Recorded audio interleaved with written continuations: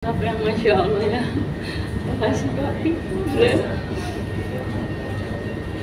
Selalu ada samping.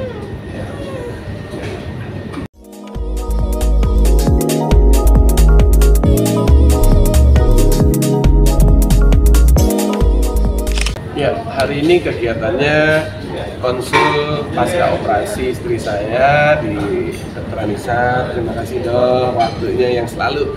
Kebetulan Raja juga lahirnya dibantu sama Dr. Anissa, jadi ini dokter langganan. Alhamdulillah, tadi pasca melepas perban kita juga lihat langsung bahwa jahitannya sudah mengering dan benangnya sudah bisa dicabut. Dan dokter mungkin izin bisa menjelaskan dok, karena memang kemarin kita masih penasaran sama hasil lab, karena kita ada dua kemungkinan penyebab Dedek Ratu meninggal, yaitu karena terlilit tali pusar atau karena parasit toksoplasma. Nah, hasilnya dokter yang bisa menjelaskan ya dok, silakan dokter.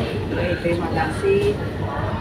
Jadi penyebab Dedek Ratu nggak ada itu bukan karena toksoplasma ya, karena hasil toksoplasmanya alhamdulillah ibu Iren nggak pernah kena infeksi toksoplasma. Jadi saat ini aman untuk toksoplasmanya. Jadi penyebabnya dari ketiadaannya si Dedek Ratu itu karena posisi dia di dalam itu saat saya mengeluarkan Dedek Ratu, tali pusatnya melilit seret di leher 2 kali. Jadi udah benar-benar hipoksia kondisinya. Jadi oksigen yang masuk ke Dedek Ratu sudah terhambat ya, jadi terhambat. Darahnya pun juga terhambat, sehingga itu penyebabnya itu. Jadi murni karena terlilit ya dok ya?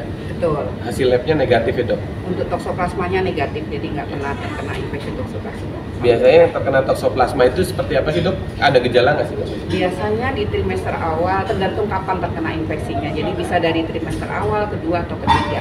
Tanda-tandanya terkadang kalau di awal itu ada perdarahan sedikit-sedikit, lalu ada kontraksi, ada kenceng-kencengnya. Nah, terus kalau tidak waspada nih paling kadang-kala jadi kelewatan karena menurutnya mungkin karena kecapean ya. Biasanya yang pasien-pasien awam itu mengatakan kalau lagi ada perdarahan murni karena kecapean gitu ya.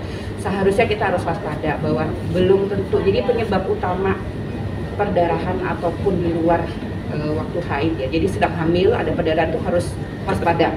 Karena belum tentu karena kelelahan. Penyebab utamanya harus dicari. Nah, toksoplasma ini juga menjadi penyebab utama keguguran juga. Kalau terkena infeksinya di trimester 2 atau 3, tanda-tandanya biasanya kontraksi. Jadi kenceng-kencengnya sering tapi belum waktunya lahiran. Nah, itu bisa juga.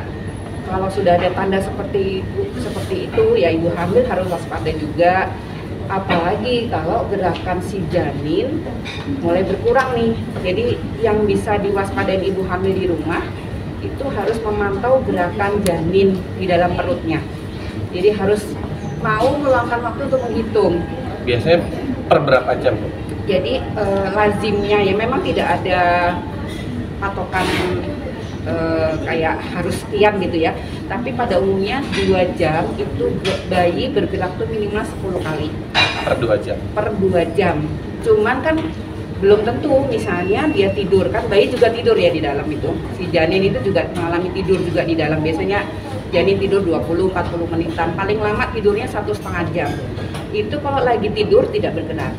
Kalau misalnya 2 jam dihitung dari bangun tidur tidak 10 kali, jangan panik. Mungkin si bayi lagi tidur gitu. Jadi kita hitung lagi.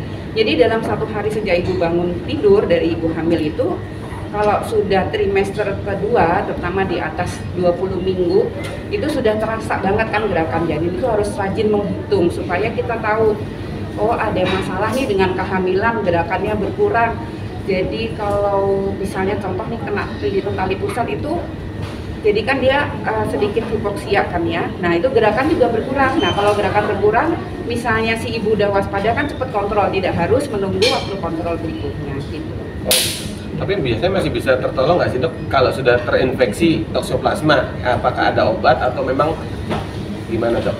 Kalau sudah terkena infeksi toksoplasma, makanya kita perlu banget itu kan tahunya dari pemeriksaan darah ya. Jadi pemeriksaan darah ternyata IgM-nya itu menunjukkan hasil yang memang tidak normal, maka kita wajib memberikan obat untuk toksoplasma. Jadi minum obat toksoplasma itu sampai melahirkan. Ada minum, nanti ada fase istirahat, lalu minum lagi sampai melahirkan. Insya Allah akan mencegah infeksi itu masuk ke bayi. Jadi kalau toksoplasma diderita ibu, lalu dia masuk lewat tali pusat ke janin, nah itu yang baru berdampak. Bayinya di dalam perut ibunya itu bisa mengalami cacat ya, cacat bawaan, misalnya contohnya nih mikrosefali, jadi kepalanya lebih kecil daripada ukuran yang normal, jadi ada beberapa cacat bawaan yang disebabkan toksoplasma. Atau kalau masih trimester 1 bisa keguguran. Ya. Dok, mungkin kan itu yang tadi itu faktor untuk dari toksoplasma itu sendiri, tapi kan kakaknya mungkin kelilitan tali pusat itu faktornya seperti apa sih dok, boleh dijelaskan? Ya baik, jadi kalau lilitan tali pusat itu kan kita tidak bisa mengendalikan gerakan janin ya, sebagai ibu yang mengandung pun tidak bisa mengendalikan gerakan janin bagaimana.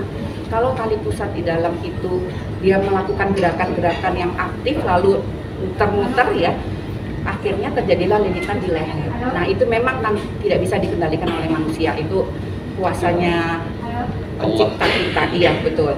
Jadi begitu sudah terjadi lilitan, maka apa yang bisa kita lakukan sebagai ibunya, kita akan ketahuan nih gerakannya mulai turun kan.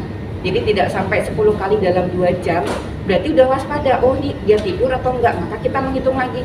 Begitu lagi, kurang dari 10 kali lagi, berarti ada sesuatu, makanya segera ke dokter, dicek. Dari USG kita akan mengetahui ada lilitan tali pusat atau tidak.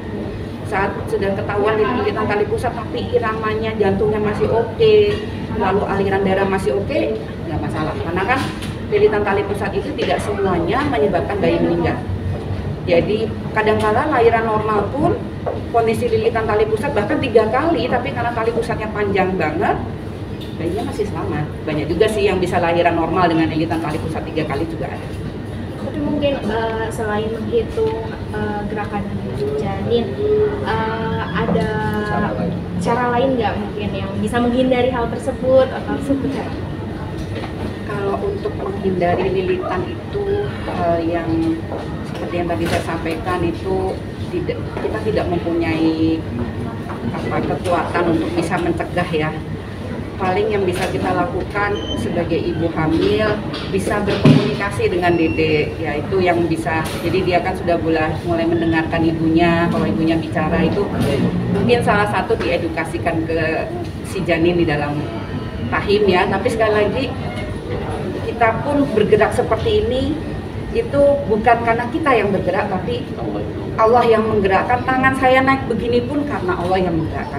Bahkan kami bernapas pun karena Allah yang mengizinkan untuk napas itu ada di tubuh kita. Sama seperti dedek di dalam rahim. Dia gerak juga kemauan bukan dari dedeknya sebenarnya ya. Itu karena Allah yang mengatur semuanya. Gerakan dia sampai bisa terlilit itu pun juga Allah yang menggerakkan. Kak, mungkin ini kan seperti apa, mungkin kan ini di luar kuasa manusia tadi. Tapi dari Kak sendiri mungkin sebelumnya pernah merasakan hal yang janggal dari dede atau seperti apa? Iya, itu yang saya rasakan kan adanya kontraksi. Saya bilang kamu kok kontraksi ya? Cuman di situ saya lupa untuk menghitung gerakan yang. Jadi ya ini edukasi juga dari dokter. Jadi pentingnya untuk menghitung gerakan bayi dalam 2 jam. Tadi kan juga pas terbang dari persediaan juga. Tapi kondisi sendiri dari kalian seperti apa dok? Alhamdulillah Bu Ingrid termasuk luar biasa penyembuhannya. Saya sendiri juga terheran-heran tadi pada saat setelah lepas perban kondisi lukanya kering, alhamdulillah udah lepas jahitan juga. Dan Masya Allah saat USG minumnya tuh ngecilinnya lebih cepat daripada yang seharusnya. Padahal kita baru operasi 15 hari. Ya. 15 hari, tapi penyembuhannya sudah seperti mendekati 40 hari. Berarti luar biasa mobilisasi Bu Iren. Saya salut sama beliau berdua, saya salut banget karena recovery secara psikis juga saya lihat lebih cepat. dan secara organiknya rahimnya juga lebih cepat mengecilnya. Itu menunjukkan Bu Eren udah bagus untuk aktivitas sehari-harinya. Bahkan saya tadi kaget juga karena ternyata udah nyampe Bandung ya, belum 15 hari udah jalan-jalan ke Bandung, Masya Allah, luar biasa. Tadi untuk mensupport istri seperti apa sih maksudnya? Ya, kalau sedih sudah pasti sedih, tapi kita nggak boleh terpuruk dengan kesedihan. Kita harus bangkit dan kita tanya ya, istri bisa nggak kalau saya ajak jalan jauh, jalan-jalan sekaligus recovery, biar tidak mengingat almarhum terus. Tapi alhamdulillah dia berkenan ya, kita liburan ke Bandung pas kebetulan kita ada kerja di sana, sekaligus kita ajak anak-anak, kita ajak istri. Alhamdulillah anak-anak senang, istri juga senang, dan ya kalau bicara capek pasti kita semua merasakan ya istri, tapi yang penting istri happy itu aja. Ya salah satu caranya kita ajak jalan-jalan sih. Kak Eren peran Mas Ade seperti apa mungkin jadi suami yang siaga juga, menghibur juga, ada sampai jalan sekarang. Sosok yang Masya Allah ya. Makasih papi. Selalu ada samping. Ya, sama-sama ya.